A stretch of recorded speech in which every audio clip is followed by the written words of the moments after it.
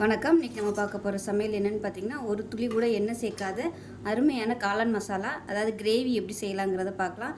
இது வந்து சப்பாத்திக்கு தொட்டு சாப்பிட்றதுக்கு சூப்பராக இருக்கும். ஸோ வாங்க இந்த அருமையான காளான் மசாலா எப்படி செய்யலாங்கிறத பார்க்கலாம். ஒரு மிக்ஸி ஜார் எடுத்துக்கலாம். இதில் மீடியம் சைஸாக ஒரு 3 தக்காளி வந்து கட் பண்ணி வச்சுருக்கேன். இதை சேர்த்துக்கலாம்.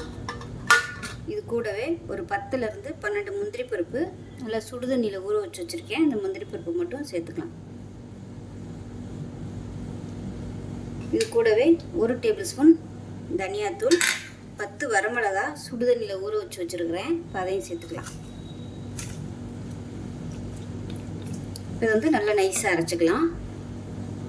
இப்போ பாருங்கள், நல்லா நைஸாக அரைச்சாச்சு. தனியாக இருக்கட்டும்.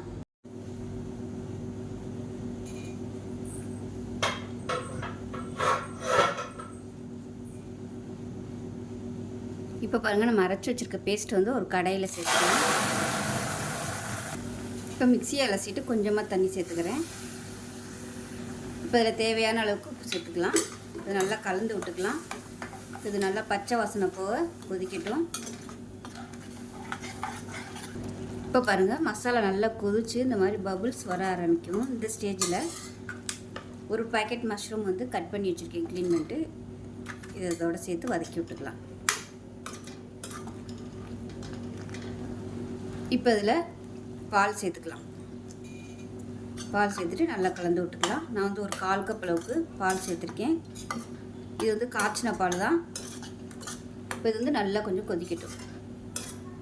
கொதித்து அந்த நம்ம முந்திரி பருப்பு பால் சேர்த்துருக்கோம். அந்த இதிலேருந்து லைட்டாக அப்படியே எண்ணெய் பிரிஞ்சு வரும், அதில் உள்ள ஆயில். அந்த ஸ்டேஜ் வரைக்கும் நல்லா கொதிக்கட்டும். இப்போ எப்படி இருக்குன்னு பார்க்கலாம். இப்போ பாருங்கள், ஓரளவுக்கு நல்லா திக்னஸ் ஆக ஆரம்பிச்சிச்சு. இன்னும் கொஞ்சம் கொதிக்கட்டும்.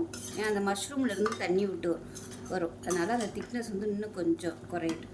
பாருங்கள், லைட்டாக அப்படியே எண்ணெய் மிதக்கிற மாதிரி இருக்கும். அந்த மாதிரி நல்லா வரணும். அப்போ தான் பச்சை வாசனை போயிடுச்சுன்னு அர்த்தம். இப்போ இதில் மேலாப்பில் கரம் மசாலா கொஞ்சமாக சேர்த்துக்கலாம். ஒரு 1/4 டேபிள் ஸ்பூன் அளவுக்கு சேர்த்துக்கலாம். இப்போ இதில் 1 டேபிள் ஸ்பூன் அளவுக்கு கரம் மசாலா, இதில் 1 டேபிள் ஸ்பூன் அளவுக்கு கஸ்தூரி மேத்தி, அதாவது காஞ்ச வெந்தயக்கீரை சேர்த்துருக்கேன். இதை சேர்த்துட்டு நல்லா கலந்து விட்டுறலாம். கலந்து விட்டு நல்லா சிம்மில் விட்டுருங்க. இன்னும் கொஞ்சம் நல்லா திக்காகட்டும். மூடி வச்சுக்கலாம். இப்போ எப்படி இருக்குன்னு பார்க்கலாம். இப்போ பாருங்கள், சூப்பராக வந்துருச்சு. லைட்டாக அந்த எண்ணெயெல்லாம் வெளியே வர ஆரம்பிச்சிருச்சு. இந்த ஸ்டேஜில் அமர்த்திடலாம். நல்லா கொஞ்சம் அப்படியே கெட்டியாகிடுச்சு பாருங்கள். அமர்த்திடலாம். அவ்வளோதான், சூப்பரான எண்ணெய் இல்லாத காளான் மசாலா ரெடி ஆயிடுச்சு. நான் வந்து கொஞ்சம் இன்றைக்கி காரம் அதிகமாகிடுச்சு. நீங்கள் வந்து ஒரு 3 மிளகா வந்து கம்மி பண்ணிக்கோங்க. சூப்பராக இருக்கும். இந்த வீடியோ பிடிச்சிச்சின்னா லைக் பண்ணுங்கள், கமெண்ட் பண்ணுங்கள், சேனலை சப்ஸ்கிரைப் பண்ணுங்கள், பக்கத்தில் உள்ள பெல் பட்டனையும் ப்ரெஸ் பண்ணுங்கள். நன்றி.